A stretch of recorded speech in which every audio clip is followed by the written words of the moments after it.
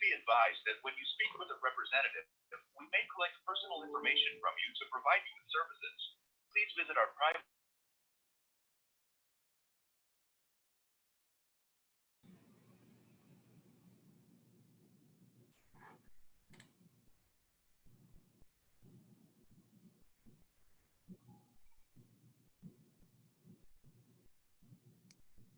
Hey Keith, long time no see, buddy.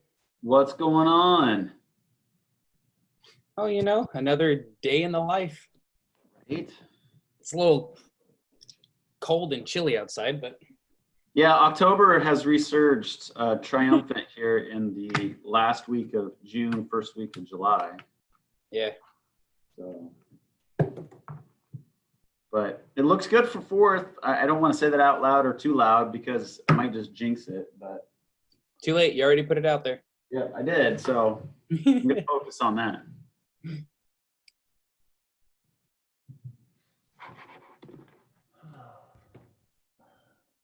What have you been up to? So I actually got my real estate license. Oh, good for you. Thanks. I am working with Keller Williams. Okay. And yeah, I actually have my first virtual house tour today at 5 p.m. So, you know, I've been on my own little real estate grind. Nice. Which Keller did you hang your hat at? North Seattle. North Seattle, okay. Mm-hmm. Nice.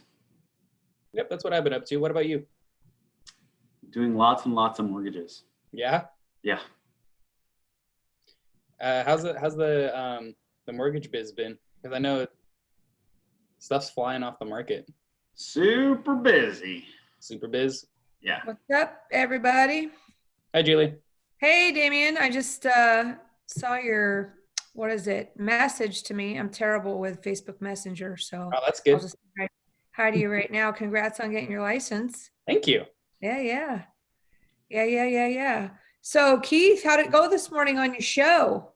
It went well. Went well. Yeah, we played some fireworks. Yeah. Had a good time.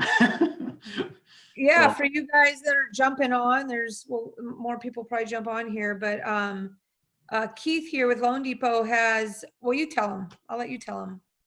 so we started a Thursday live on Facebook. So from 10 to 10:30 every Thursday morning, the state director, Stacy Chevalier, and myself, we jump on and we talk about something in the real estate market that is pressing. The very first episode that we rolled out was forbearance. And it's interesting to go back and look at that episode and see how things have changed. Yeah. So, but it's really cool. Today we talked about VA loans and their underutilization on this side of the market. We brought in the branch manager of the Silverdale office, who they're like 70% VA with the 3 different bases over there. And it's really interesting that once you get into King County, agents are just afraid of it. So, yeah, it was a fun show today. Yeah, I like rarely ever run into a VA buyer or, you know, work with one here in the Seattle area. Well, and I'll tell you this, if I'm dealing with, if I'm representing the buyer that's a VA loan person, applicant, and I'm talking and doing my listing agent call, 99% of the time I have to educate that listing agent on what VA loans are because they just have no idea. And it's sad. It's super sad because one of the awesome benefits of being enlisted in our military and serving your duty to our nation is the ability to put 0 down on a house, and agents just look at that as a weakness, and it's sad to me. So, Right. It doesn't mean they don't have the money. That means that they're just taking advantage of a program. I mean, if you could put 0 down on a house, have no mortgage insurance, and get a kick-ass rate better than conventional financing, why the hell wouldn't you? Right? Right? Why the hell not? Yeah. So Has anybody on here taken advantage of a VA loan themselves for any of their projects? Nope. Just for a personal home. Yeah. Purchasing a single family. Yeah, because Keith my Sant? husband was retired military. I'm giving a shout out to Keith Sant, who's on here with us today. What's up, Keith? Hey, not a lot. Yeah, this is the first time I've been on here. I've gotten your emails for a while, but Yeah. So Keith's a big wholesaler, guys, and glad to have you join us today. Keith, tell us what's happening in your world. In fact, I'll just say it. I'd love to get you on my podcast. yeah, Are you open for absolutely. jumping on? So Oh, yeah. Joe, why don't you, Joe, meet Keith. Keith, meet Joe Bauer, my partner. You want to hook Keith up and send him an invite? We'll just talk about, your whole story and your business and how's it going for you and all that other stuff. Keith's Yeah, absolutely. That'd be great. good stuff. Good stuff. Good stuff. T minus 4 minutes in, and Julie's booking Yeah. log gets. I love it. Well, Joe has been beating me up about we're running short on podcasts. Sometimes we get short on guests because I don't spend enough time on it. So Maybe we should rename this the Nuts and Bolts of Real Estate Investing Podcast Funnel. Guest speaker funnel. That's right. That's right. So speaking of Keith, while you're on there, I'm waiting for if William jumps on with us. Is he on here yet? I'm going to give him a minute because he's got another meeting to jump to, William Shabble. But if he jumps on, he's not on yet, I don't think. Then I'm going to give him a minute to update us on the new roommate rules that went into effect. Although Enrique's here, he probably knows too. But let me wait for William because he's gonna, I think, jump on and update us on that. You guys know what I'm talking about with the new roommate ordinance? You guys heard about that? Am I going to have to kick Larry out? Yeah, you're gonna have to kick Larry out. That's You can right. put 3 people in a room now, or what? Yeah, well, I'm gonna let William. We're gonna give it a minute and let him tell you all the details on that. But yeah, it's another screw in the thorn in the side for landlords, definitely. But we'll give it a minute. So while we have Keith, let me just pick on Keith since this is his first time on. Keith, why don't you introduce yourself? Tell us what you do. How long you been doing it? Keith Sant. Yeah, absolutely. So I primarily wholesale. I've wholesaled for the last 3 years full time, and I've done a couple flips here and there. Like I'm actually just finished flipping this house and moved into it like a week ago. But I primarily wholesale. I started down in Texas doing a lot of stuff virtually from my house out here, and I still do a lot of buy and hold and some wholesales in Texas. And you mentioned VA loans. I'm right around the Fort Hood area. I love that area for buy and hold. So a lot of people have VAs, and I've been able to assume a lot of VAs out there. Like I just assumed a fourplex out there, and it was 3.8%, and I only had to pay $7,000 out of pocket to actually get into this thing. So I was super pumped, and now I own a fourplex in Fort Hood. Yeah. Nice. I mean, and to clarify, both Keith Sant, Keith Pitch, you have to assume a VA loan, you still have to be eligible for a VA or no? No. No? No, you don't. You just have to be Right. you have to be eligible. Oh, sorry, I'm jumping in, but I do know this because we we did it. You just have to qualify for the financing, Wow. right, Keith? I fly under the radar. I didn't do a formal assumption. I didn't informal. Oh, so. but you can. I mean, you could, yeah. You can qualify and just basically take over their. Mhm. Correct. Absolutely. You still have to prove your ability to service You the have to debt prove and have a ability to credit repay score, and all but that. past that, you're good. Mhm. A question on that. For the veteran, does he get the ability to get another VA loan if someone assumes his existing Depends. loan? Yeah, it depends. I'm probably not as qualified as someone else to speak on that, but I think he had like a maximum of like 500,000, and this was only a $200,000 note, so he could basically buy another house for the difference, take out a loan for the other 300,000, and he was in Florida where a $300,000 house is. Anyways, it would buy him a lot, so it was basically having another loan in his pocket for him, so he was fine with it. Okay. Good stuff. But yeah, I'm really good at marketing. If you guys ever have any questions about marketing, that's kind of what I specialize in and nerd out on. And yeah. always done Well, it. funny that you mentioned that. So yeah, we all love we could all use some marketing tips these days. Are you generating your leads through like what's the buzzword? Omnipresence? I mean, you make your living off being a full-time wholesaler, right? So you're good at lead generation.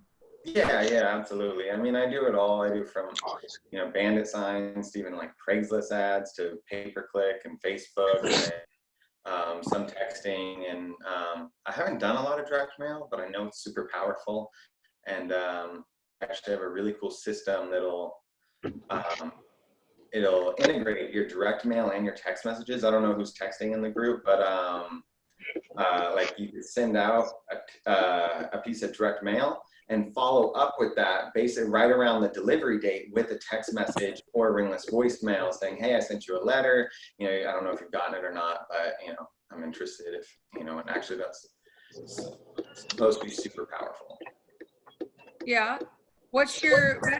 Out of all the things that you're doing, I'm sure it changes sometimes, but what's your best source of lead generation? Is it the online pay-per-click or is it the direct mail system or what is it? I mean, my cheapest cost per lead is definitely texting, but your conversion rate on that is a lot lower. And it's very time intensive. And one of my favorites though is just pay-per-click. I mean, those people are ready to go. They're hot leads. They're like, I could close like 1 in 10, 1 in 12. So, I know that it takes me 12 leads to get a deal. Even at, I'm averaging anywhere from like $200 to $250 a lead. So, $2,000 to $2,500 a deal. And my average wholesale fee is, $17,000, $18,000 bucks. So it's a no-brainer. Nice. And you're a big fan of the carrot sites, right? Oh, absolutely. I think Carrot's like the only way to go unless you're just a tech wizard. But I mean, I have 2 sites. If you Google Sell My House Fast Seattle right now, I'm #1. And my second site, I'm trying to just dominate. I got 3 sites now and I'm looking at just taking over the whole first page of Google. But okay.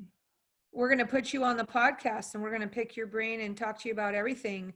I'm going to shift real quick because William's here.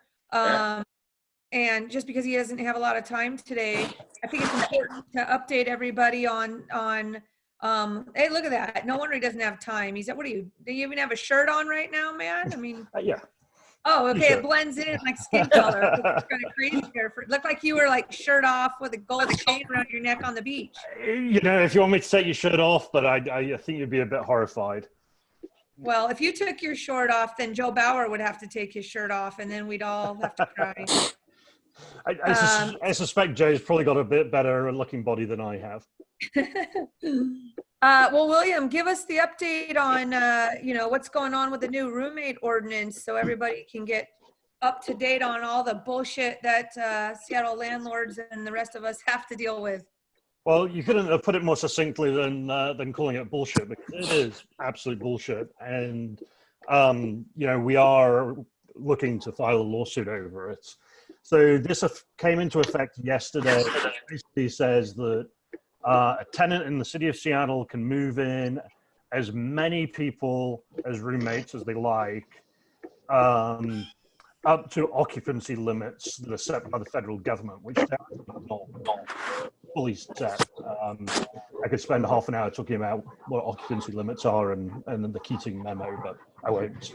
So the way it works is anybody that is described as immediate family, and I'll come back to that in a moment, you can screen them, but you can't deny them.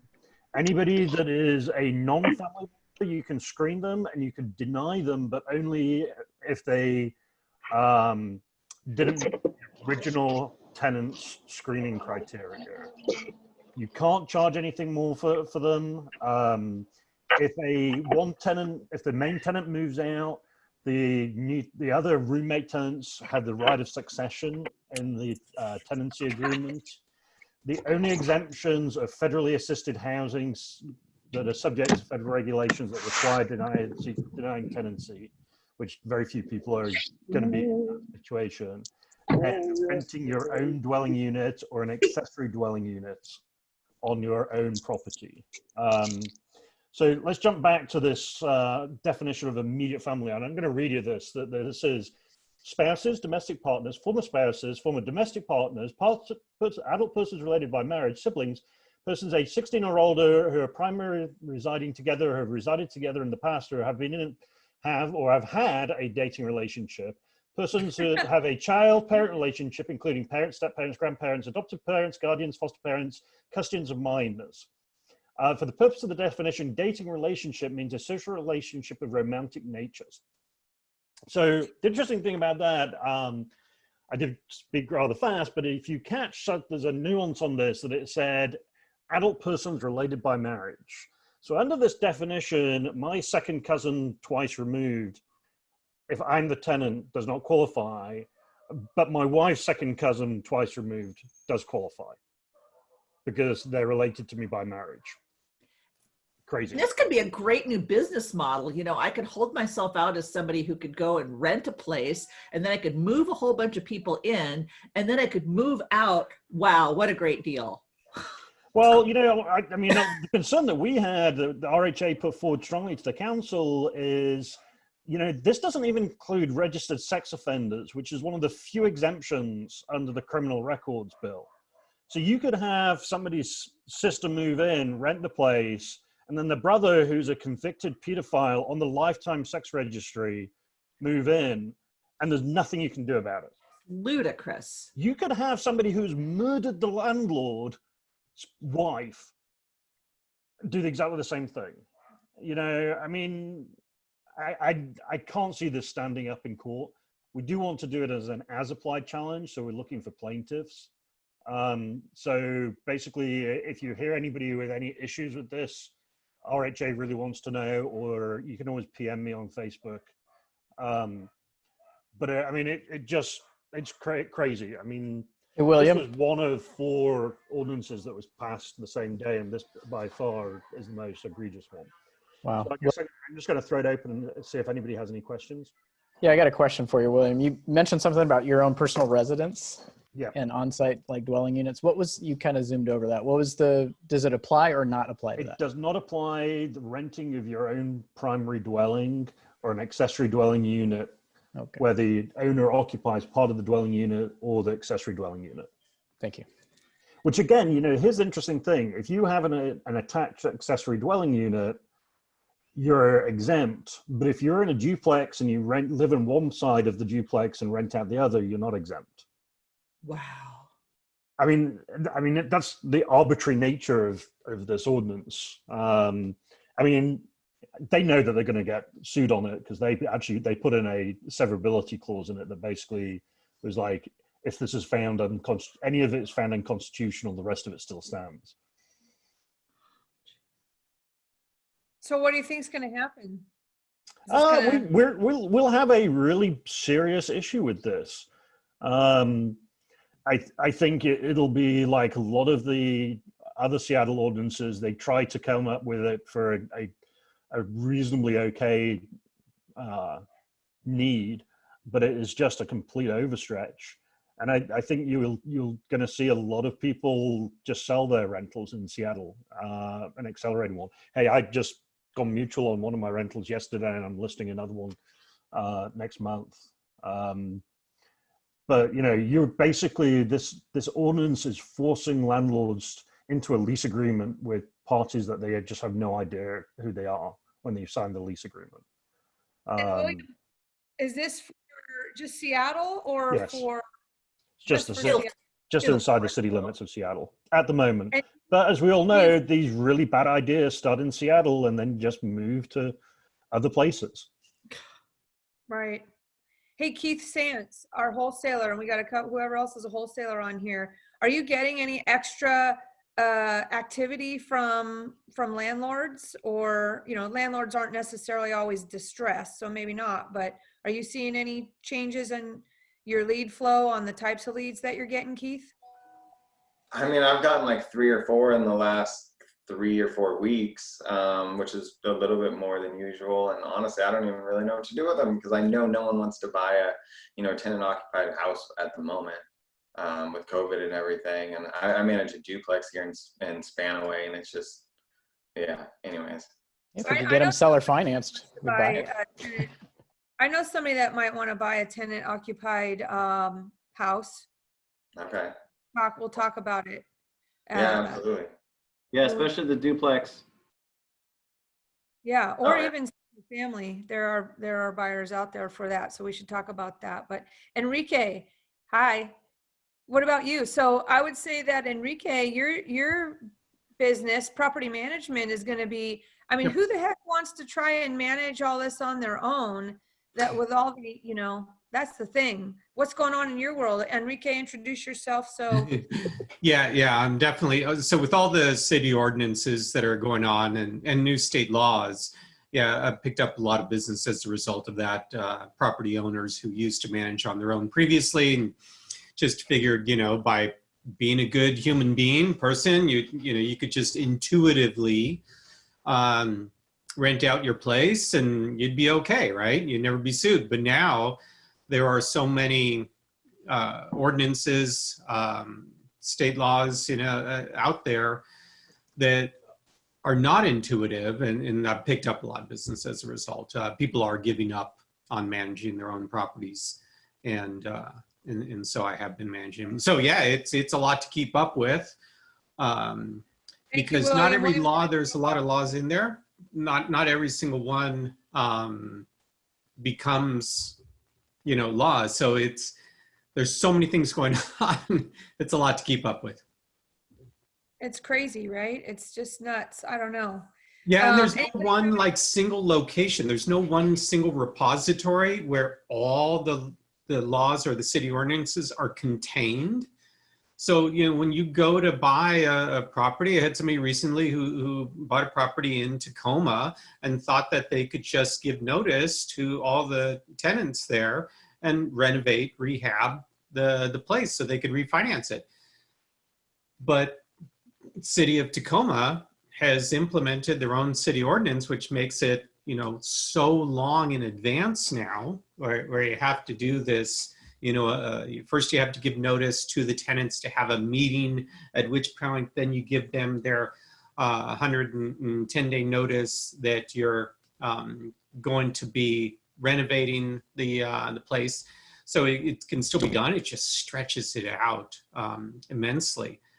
Which is that longer than in Seattle? Isn't Seattle 90 days?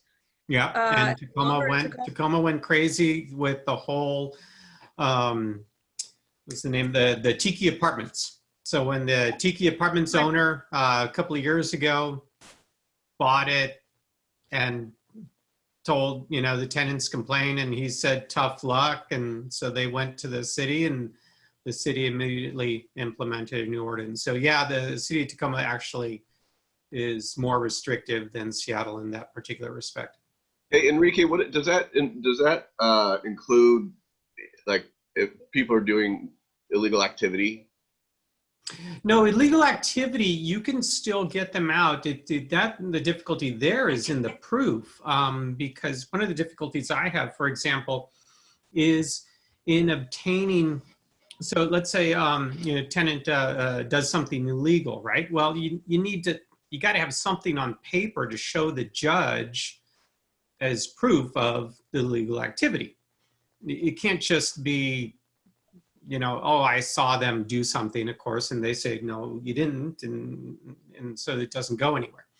So you have to get then from the police department copy of the incident report or something, which you can get, but man, it is so time consuming to go through public records through because I do that, but it takes a long time. And now with the whole coronavirus on their website, it even says, it's taking longer than usual for to get public records. It's tough, but it can be done. It's just difficult. I saw a duplex in Tacoma, just southeast of the Emerald Creek Casino. Pretty rough neighborhood. The house duplex right next door. Literally, I was waiting for the owner to arrive, and within 10 minutes, 6 different people walked out of that house and dealt drugs to 3 cars, literally right in front of me. Yeah. And And I told the guy straight up, like, this is really going to negatively affect the value of your house because, number one, nobody's going to want to rent next to that because there's cars without wheels and tires in front, and that type of behavior, walking their dog, is not something that kids or anyone else is going to want to do. So, and he told me the owner lives in the basement and she's got cancer and her husband just died this last year. oof. Yeah. So she, probably doesn't know what to do, or it's just, just too much for her. Does anybody know, I've got one where the owner wants to sell, but it's occupied, on a month-to-month lease in Seattle. I've told him, it's 90 days notice from the date, then you have to wait till the end of the month. So if you gave notice like July 5th, July, August, September, you'd be waiting, what, till the end of September or the end of October? That would be true in any other city, but unfortunately the city of Seattle for month-to-month tenancies requires just cause. You can go online and go to the city's website. There's like 18 different just cause. Well, they want to sell it, and I believe that is one of the just causes. Yeah, if they move in or if a family member moves in. Or they can just sell it, right? They can just sell the property. I'm pretty sure that's one of them on the just cause. Maybe take a look. I'll look it up here while you're. Anybody else have any questions they're working on this week they need help on? Just getting started here. Although it's a Thursday. Anybody going anywhere fun for the 4th of July? I'll preface that by saying that somebody I know that's at UW Medicine, like a surgeon at like UW, in our family, just contacted another one of our family members and said, hey, heads up, 80 kids on Greek Row at UW just tested positive to COVID. So watch out, and this thing ain't going anywhere anytime soon. So just a heads up. Wait, frat kids didn't social distance? Yeah, right? I mean, have you ever been in one of their fraternities? Those places are filthy. Hey, I was president of my fraternity my senior year in college. Well, you cleaned up well. Yeah. It took a good number of years to clean up after. Yeah. I imagine some of those fraternities had COVID before COVID existed. Yeah, right. So how about the word that Sawant is under investigation from mayor's office? I think we should go march on her house. Yes. Yeah. Yeah. Anybody following that news and what's going on there? Is it possible they're going to get her or what? She's pretty slippery. The only thing I hope is the constituents can see that this is really her true colors, and it has nothing to do with their betterment except to destroy the system that we're living in right now. So hopefully the constituent with their voice will solve that problem. And I also hope that, I don't live in Seattle, so I guess it doesn't directly affect me, but I also think it's really interesting that Durkin really didn't make that move until they came and marched around her house. So she wasn't really planning to do anything until it hit her personally. Hope people remember that too. Oh, jumping back in, Julie, yes, you're correct. Owner wishes to sell the property must give 90 days advance written notice prior to sale is one of the 18 just cause reasons within the city of Seattle. So we're good to go there. I got another one for you, Enrique, while you're on that. So is there an affidavit required? Is there some, other than the notice and the correct and proper delivery of the notice, is there some sort of affidavit document that? Yes. Oh. Okay, so you always need an affidavit of service for any notice, for any and all notices. And the two proper ways that a notice can be served upon tenants is personal service by any adult, and upon, it's kind of a funny thing, but essentially you want to get it served on an adult, don't serve it on a kid. The affidavit then is just that person just goes and signs and says that they, get it notarized is the best, but you can also just attest or the person could appear in court, stating to affirm the affidavit of service that it was served. And if the person is not available for personal service, it can be posted and mailed. And so a copy, you want to take a picture as proof. And the mailing is just first-class mail. Never send it signature required, because if they refuse the signature, then they actually have proof that they didn't receive it. So first-class mail, again, you can just take a picture of it, or for like $1.10, you can get a copy from the post office of the. I would say, but another question: do you have to attest? Yes, I'm going to list one of the an affidavit related to one of the just causes. I swear I'm going to sell it. Whatever the affidavit says, is that something? Okay, so proof that you had intent to sell? Yeah, I don't know. I don't believe that is required, but you would certainly need to provide evidence of the sale. Okay, well, no, I'm getting off track here. I mean, Julie, are you saying if somebody just wanted to get a tenant out, they go on, list the property $500,000 over its value just to get the tenant out and then pull it off the market and then rent it out again? No, I'm asking something way more simpler than that. I'm saying, I know you need to give notice and you need to give proper notice. I'm just wondering is if there's an extra piece of paper that needs to go with that notice that states some sort. I thought I read something about an affidavit that you send at the same time you give the notice to vacate.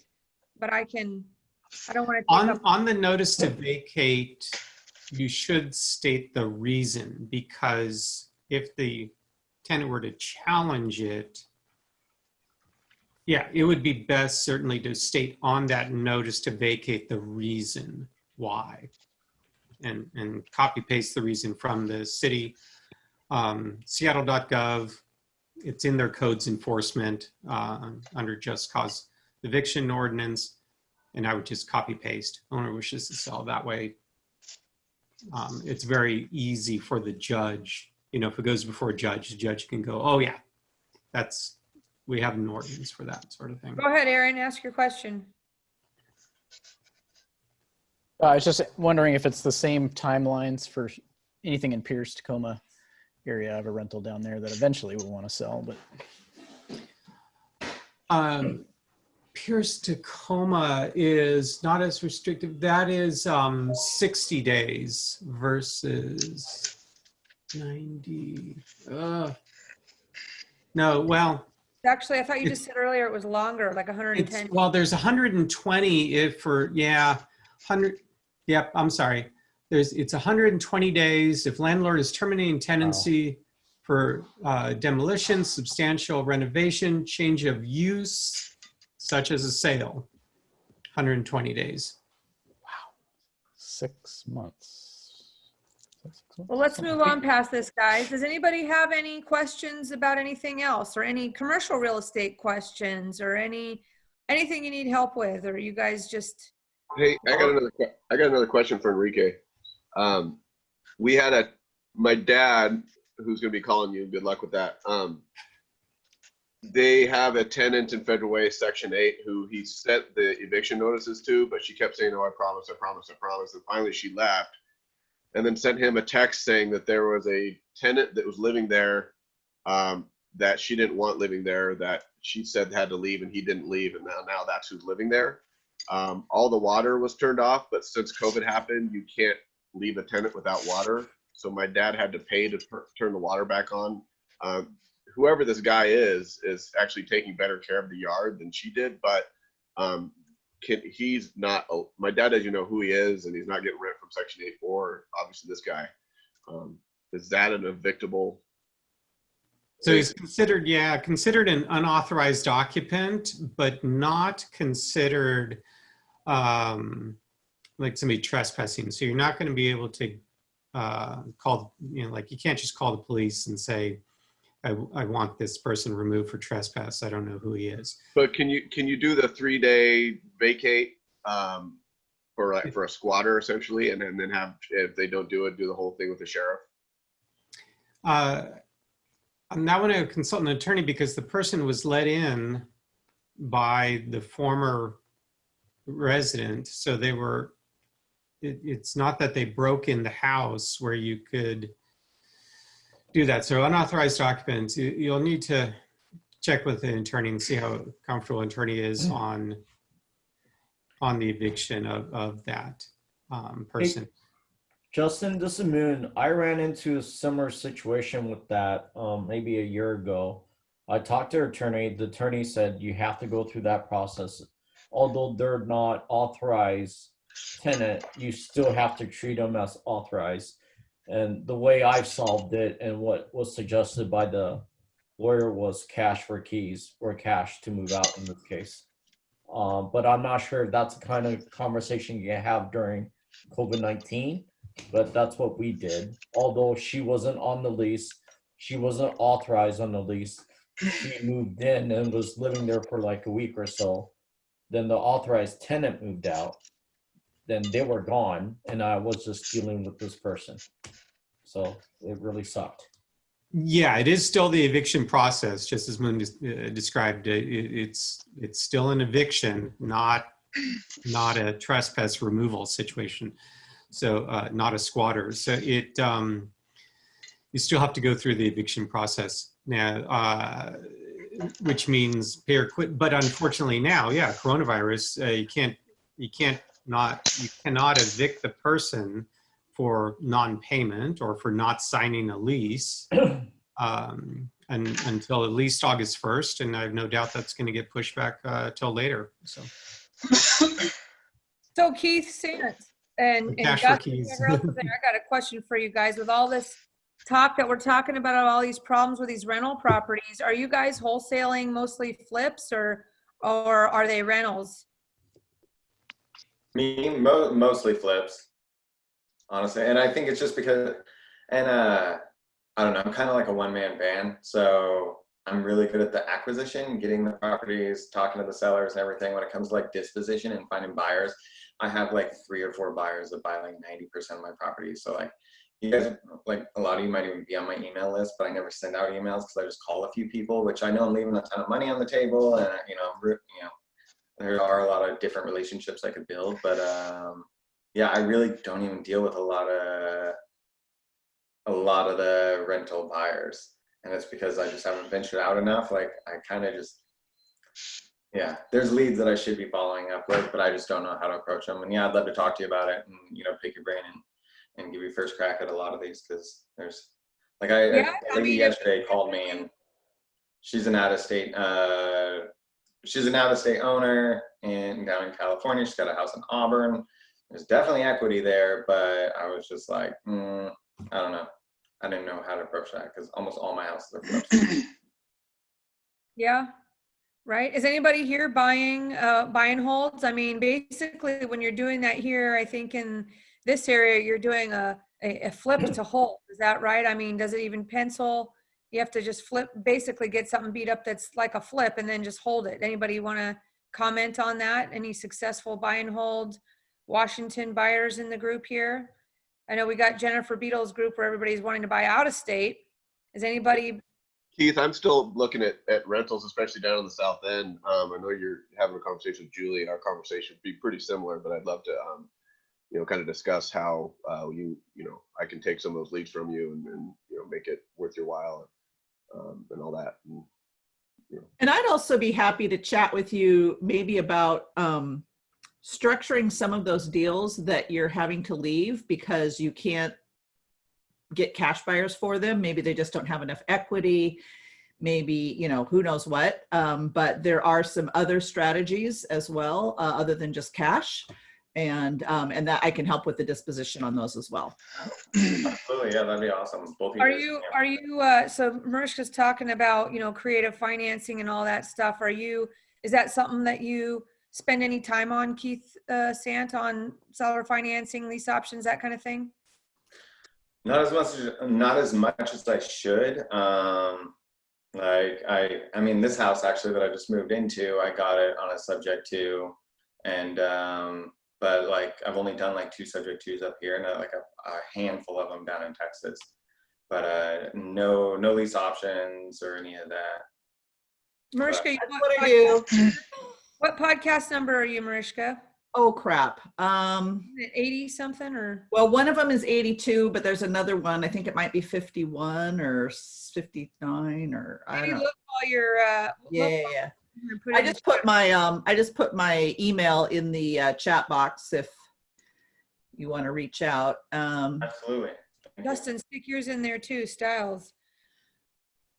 Anybody else have anything? Oh, well, just a reminder here. Don't forget that you need to file your taxes. July 15th. You know, the extension is coming up here. I know my tax guy's calling me right now, today even. So make sure you file yet that you guys are doing that. That's like the first due date, not the extension.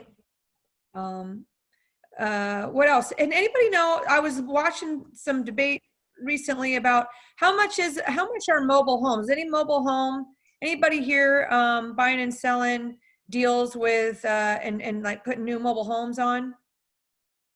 Anybody?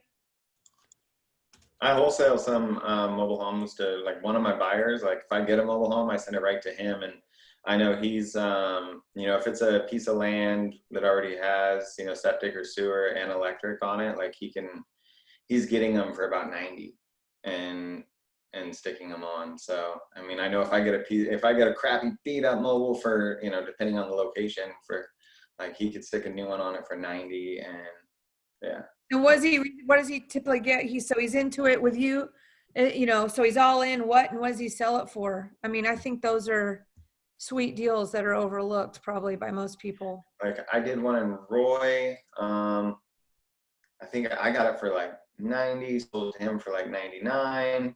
He put a mobile home on it and sold it for close to 300. It was on 5 acres. Another one in Graham that was right around the same. I think he actually did like almost 350 on that. It was in a better location. I'm actually flipping a mobile home that I own right now. It's supposed to close in a couple weeks out in Graham, and I was able to get 300 for that, which damn, 300 for a mobile home. I was buying mobile homes down in South Texas for like 4,000 and 5,000 and reselling them for like 15. So like, right, yeah. It's crazy. Yeah. There are people doing mobile homes over here in Kitsap all the time too. We have buyers that are looking for old ones to scrape and then putting new ones on. I mean, it happens all the time over here. I know Wyman just did one though, and she had a bunch of trouble with something. You know, she had some trouble with one part of it. Maybe it was related to asbestos or something on the demo. I can't remember what it was, but Oh, it could be. I know Paul Hemming. That's kind of his specialty too. He's one of our buyers over this side. That's what he looks for all the time. Yep. Anything else, guys? We're a little, you know. What else you guys working on? Need any help with anything? Anybody have anything? Yeah, I've been poking around about using credit partners. So we're looking to buy some properties, have the cash but no W-2 income.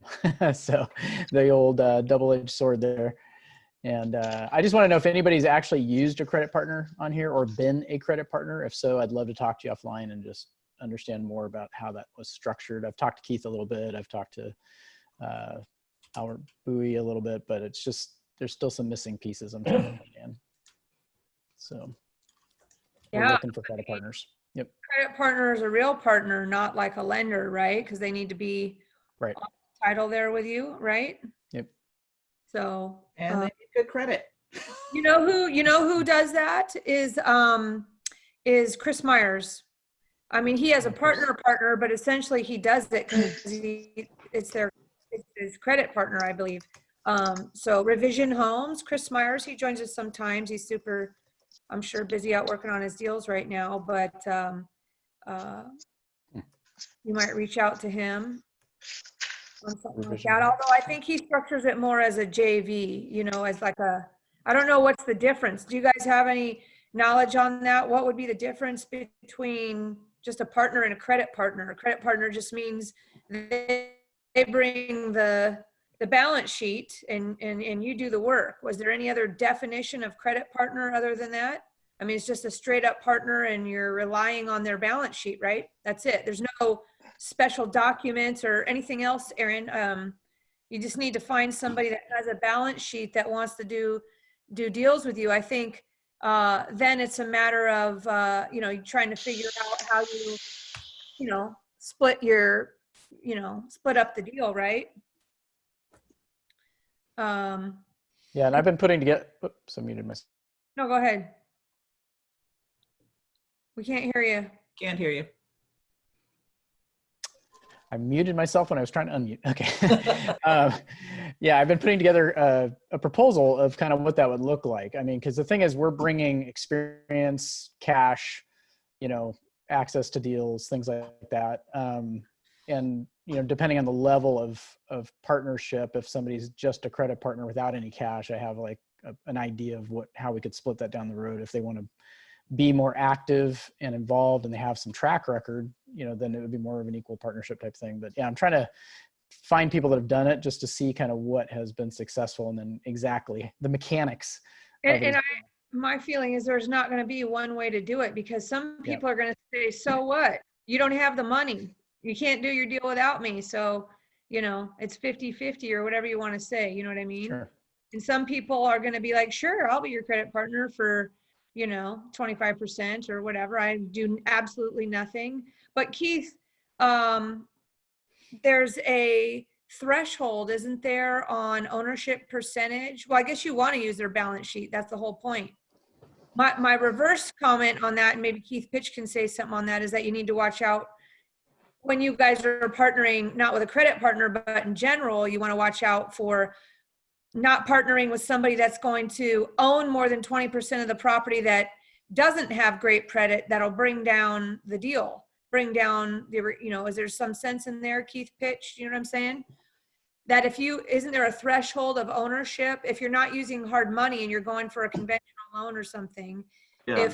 if your partner, the opposite of what Aaron's talking about, if your partner owns more than 20% of the property, that means that their credit's going to get pulled. They're going to be part of the, at least this is how it is in commercial, right? Yeah, we're not going to look at operating statements and all that stuff as you would in commercial. We're going to look at, can the credit applicant service the loan, have the appropriate credit score to get the financing. And so all the other minutia of the operating statement doesn't come to play. So, but how are the two partners in your eyes considered? Are they equally when qualifying for one property? Remind us on that. Well, I wouldn't, typically the situation is you have one partner that has the know-how and the ability to get it done, but they can't show the income. Taxes aren't working well in some way, shape, or form. So I don't even put them on the application. The application's going to go on the credit partner's name under their whole liability, their personal guarantor on that. And all the minutia of the operating statement needs to be put in the joint venture agreement, because I'm just going to look at singularity from, can this person qualify for that loan? Do they have the down payment? Do they have the credit score? Is the money been sourced and seasoned? And then you're off and running. So I really don't get into the weeds on that. Commercial wants to see who's all involved in it. Right. Which doesn't mean that that person who has no credit or money couldn't be on the deed. But I know that if I were the credit partner and my whole, I mean, and I'm taking on this deal and you know, being the credit partner, and this other person doesn't have anything, you know, credit or money wise to bring in, but they do have know-how. I'm sorry, that's worth a fair amount to me, because if this deal goes south, now I'm on the hook for the loan. Yeah, and this is different because we've got stellar credit. We've got a lot of cash. We've got a long track record of investing. We're just missing the W-2 income qualification. W-2 income. Okay. Yeah, and that's really kind of all we're looking for. Although, you know, again, I know like friends and family, and we've got a proposal I'm putting together for some friends and family type of thing of people that have been like, oh, I want to learn how to invest. And so I've got a model that I'm trying to put together for them, because that would be totally different than if somebody came to me that's like, yeah, I already own some rentals. I've got experience, but I just want to be hands off. So yeah, I can be a partner. You know, obviously they bring more knowledge to the table. And of course that's worth more. If I ever get stuck with something, they may actually have the answer. And so that's worth something, but absolutely. So I'm trying to understand some different approaches, but it's also just the mechanics, right? Because as I'm looking at deals, we're just kind of getting stuck on some of these deals, especially if the seller financing thing isn't working or whatever. We made an offer, we're in an offer position, right now with a duplex down in Rockaway Beach, and we haven't settled on terms yet. But it's just that kind of unknown of, could we even get a loan if that's the only direction they're willing to go, and that's the part where we're just struggling with. It's like, could we buy it for cash? Yeah, but then we spend everything we have. And we Right. just Then you don't have opportunity costs. Right. Right. So, Aaron, I had 2 of my underwriters come back and bring the debt service coverage ratio approach to investment properties back.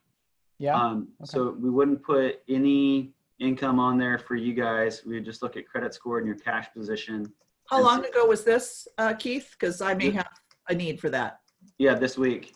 Okay. So yeah, it came back this week. So like, in other words, like a performing property, if Yeah, the performing DCR property. is good, then, that's very encouraging. Because What that's, rate- again, what that's, rates, Keith? yeah. Rates are in the high 6s. Okay. Yep. So if you've got a debt service coverage ratio of, say, 200%, we might be good. No, they want 1-1. Yeah. Well, 200% is even better. Well, that's what I was Yeah. saying. Yeah. That's like a 2.0. Yeah. I mean, That's Two, pretty good. 2.0 will work. Yeah. 2.0 will work. Okay. No, but what are they looking for minimums? 1-1? That's low. Yeah, 1-1. 1-1? Yeah. That's really All? That's Wow. it. That's it. Holy smoky. You might be my new best friend. Seriously. Yeah, it just came back. I was like, all my niche products are gone, and they're slowly coming back. So it's nice to see that.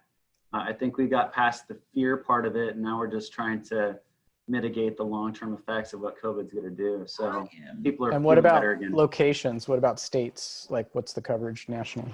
I would have to check that. I don't want to say it. I know Washington, obviously, but let me double check the other geographic states. So that's big news in the last week. It was actually on my list to bring that up. So that's big news. Keith, are there any rules in there that say your ex-wife's second cousin can't live in the house if you have that loan? No, they're not gonna. It doesn't matter if it's family that live in the house. So, All right, guys. Go, Keith. We're going to start wrapping it down here. Anybody else? Moon, why don't I ask you real quick, what's up with you? What are you up to? You got your commercial projects. What's going on in your world? I'm just relaxing right now. My main focus has been homeschooling the kids. That's pretty much done now. I spent a good amount of time on stocks. I moved back to stocks just because it's very isolated and I don't need to talk to many folks. On the commercial side, I still have that property in downtown Kent that I'm trying to lease. I talked to Amanda this week. We lowered the price and she has new advertisement going out. Then for Sumner, there's a vacant small office in Sumner. Other than that, things are going really well. How's Amanda doing for you? What's that? How's Amanda doing for you? She's great. I really like her. She's on Love her. top of it. She understands the business. She understands. She's great with communication. So it's been working out great. And she's super cool. Yes, this is one of my, I trained her when she originally got into real estate. This is my, I'll say my commercial partner that I do some of my commercial stuff with is my friend Amanda. So if anybody needs a good commercial broker, Amanda, my friend Amanda, I'll give you guys the hookup on that. Yeah. We just sold we just got a Ballard commercial project sold about a month ago. I think a pot guy bought it. So there you go. Whatever works, but Green works. whatever works. How about you, Ian? What's going on with you? What are you up to? Oh, I got a lot of things going on. I got an offer on my park at 2.4 million. Wow. Yeah, so I was thinking of selling it, but then I thought, well, if I sold those houses on my park individually, all those mobile homes, I think there's about $500,000 to $600,000 in value there. So I decided to turn the offer down and keep hanging on to it. I'm buying these single families I think I posted on Facebook. You guys saw I bought that house for for 50,000. It's about 2,600 square feet. I got a tenant in there for 1,350, and I'm under contract for another house next to it. It's Is this 31. Georgia? Where was it? Yeah, this is in Georgia. Yeah. There's a house next to it that's 3,100 square feet. I just got under contract for that one for 60,000. So we'll try to get that one going. It's got hardwood underneath the carpet, so I'm going to see if I can try to get that one rented for maybe 1,500 a month. And I'm also looking in Michigan as well. So Detroit, if anyone is anyone doing anything over there, I'd be interested to compare notes. But And you have some relationships out there is how you're able to get these done. You're not going through like Jennifer Beatles or anything. You're doing your own thing, right? yeah. Awesome.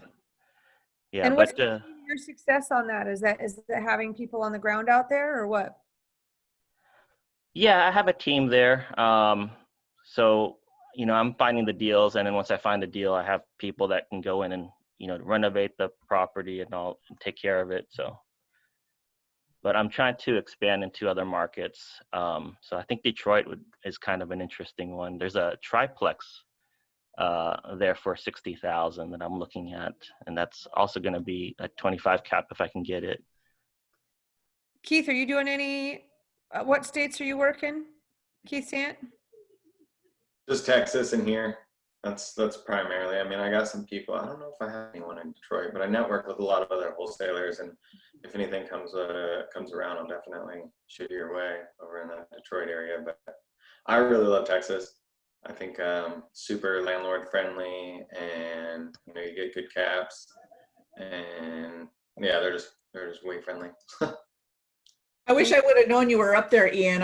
We actually just went under contract with a property we have up in Michigan. I didn't realize you were there. Oh, I'm not there. I'm here, but I'm looking. Well, I there. know, but I mean, I didn't realize you were buying there. Oh, okay. Otherwise, I would have. Anyway, it is what it is. Okay. Well, let's connect later on then. There'll be other deals down the road, I'm sure. All right, guys. Well, unless anybody needs a referral for anything or has a question or some huge win they want to tell us about, so we can give you a high five on the way out of here today. I'm going to wind it down so I can get back to work. Keith, is that like peace out or you got something? Yeah, peace out. Peace out. Right Have on. fun. Happy Independence Day. Well, how about this? Here's a win. Do it. So the property in Michigan. So it was a note that we bought a while back for about $22,000, and it went into default. We tried to work with them for a while, but eventually we just, it didn't work out. They decided to move, and they did a deed in lieu of foreclosure, so we didn't have to go through foreclosure. We actually just sold the property as is. It needs some work because we just didn't want to deal with it. It would have, if it would have been fixed up, we could have rented it for like $1,000 a month, but we decided to go ahead and just sell it as is. For $38,000 with seller financing. We got about 20% down, and we'll be making 10% on our money. So we bought it for 22. We sold it for 38. Not too bad. Good. Didn't have to do a darn thing to it. Never seen the house. Good stuff. That's what I'm talking about. So Mariska dropped some great podcasts down there in the chat about seller finance and lease options. It'd be a great time to get ready in case things are going to happen. Although this market is so hot right now, and are we seeing them? I don't know. You see the jobs report and all that. Isn't that just the reabsorption of what was lost? It doesn't really get to the meat of past the problem. So it's kind of like sounds good, but it's like, okay, well, it's sort of expected as things open up that a certain amount of people are going to get their jobs back, right? And that's all great news, but it's just when we hit that plateau of that's right. Everybody who got their jobs back, even, right. That's when we go into this delayed reaction issue. And I don't know but while we do have a couple minutes left here, damn it, you started me off on something here. I'm sorry. But yeah, typically real estate's going to lag, for Go ahead. What are you guys thinking about? Are you guys still of the mindset that as you know, Ken McElroy says, there's a falling knife happening? I mean, it seems like everybody's collecting great rents. Obviously, everybody's still getting their stimulus money, and so that's propping things up maybe now. Some people are going back to work, and maybe they're going to have to, you know, go back to phase one. Maybe they're not, but, you know, I don't think we really know what happens until we get past the, okay, things are moving forward, and how many people actually got back to work when things are moving forward.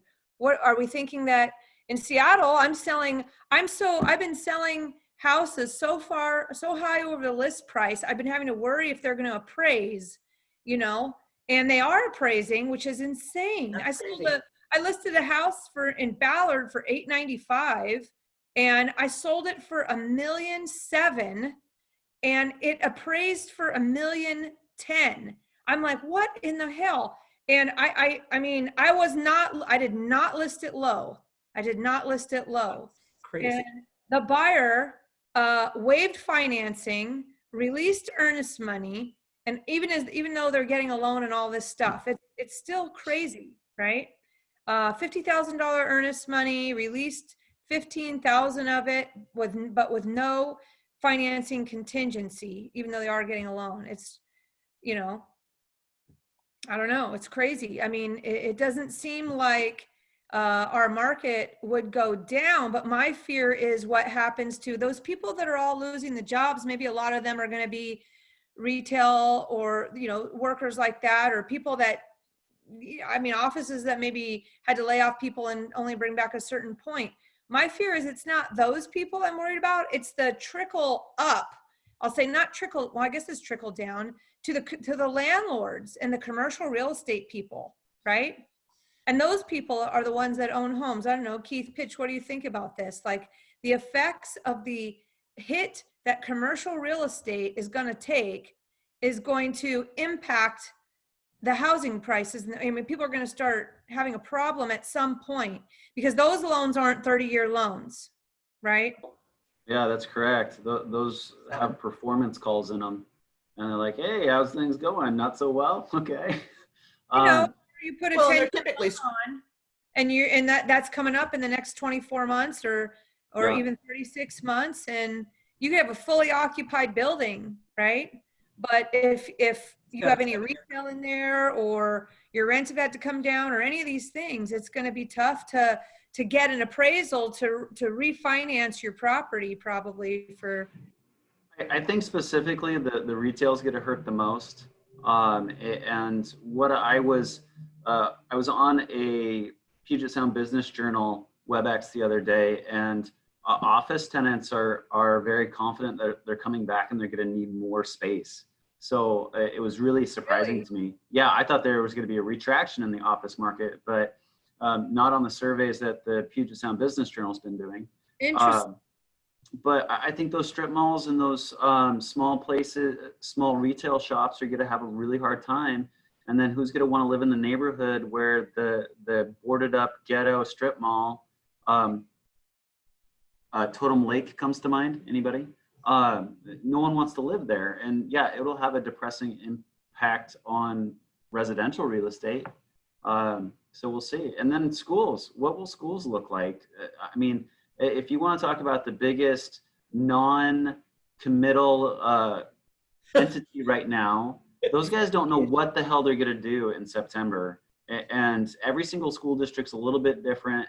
Like Issaquah School District just straight up isn't talking about anything. There's zero correspondence coming out. Well, other school districts are saying, hey, we'll have half-time, we'll have full-time. So if you untether school districts from the weight of real estate, that's a really interesting thing to think about. Like, hey, I don't need to be, if we go to an online learning center, if we go to a state-run online learning platform, now school districts mean jack shit in the algorithm of real estate. Wow, that changes things. I don't have to pay $1 million to be in North Shore School District.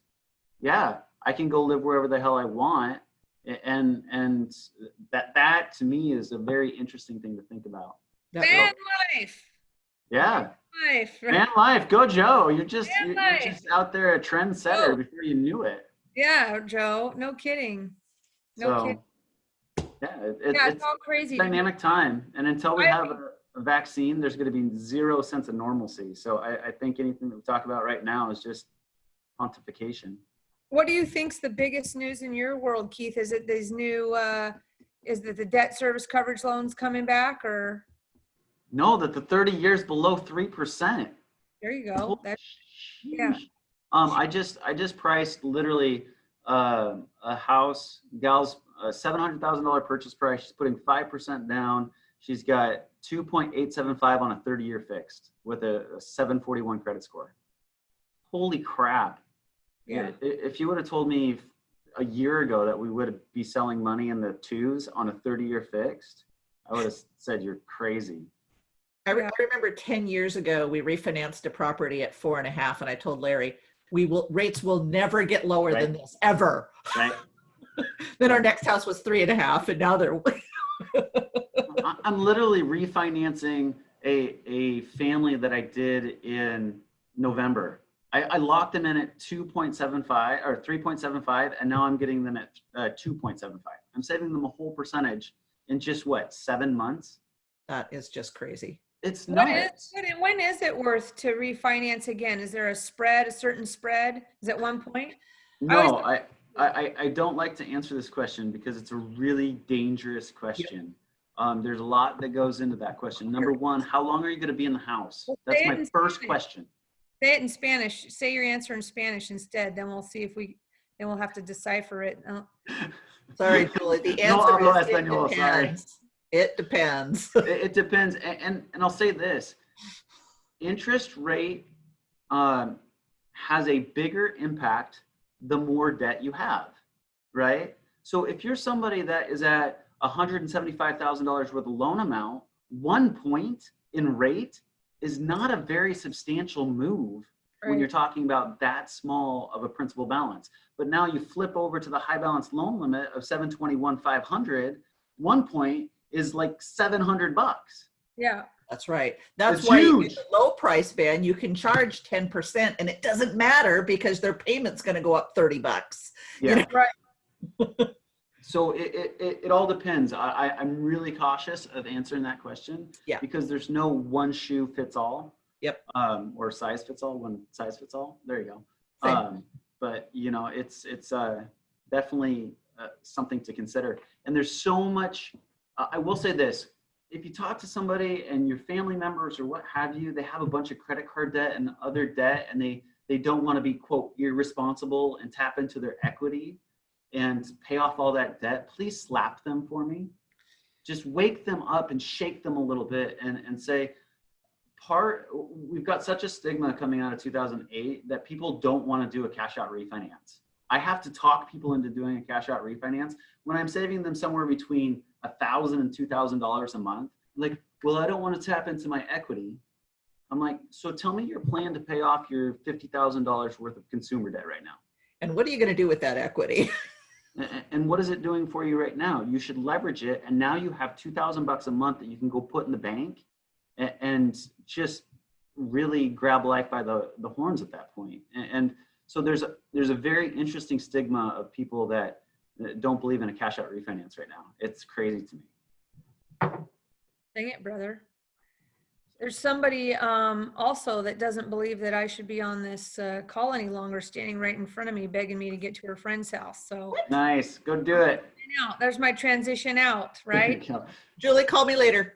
Have a great Independence Day. Aaron, I'll call you in a couple minutes. All right, Mariska. All right. Keith, Bye, guys. We're gonna reach out to you and get you on our podcast. All right. Absolutely. Thanks for having me, guys. Right on. Okay. See you guys. Talk later. Ciao. Bye.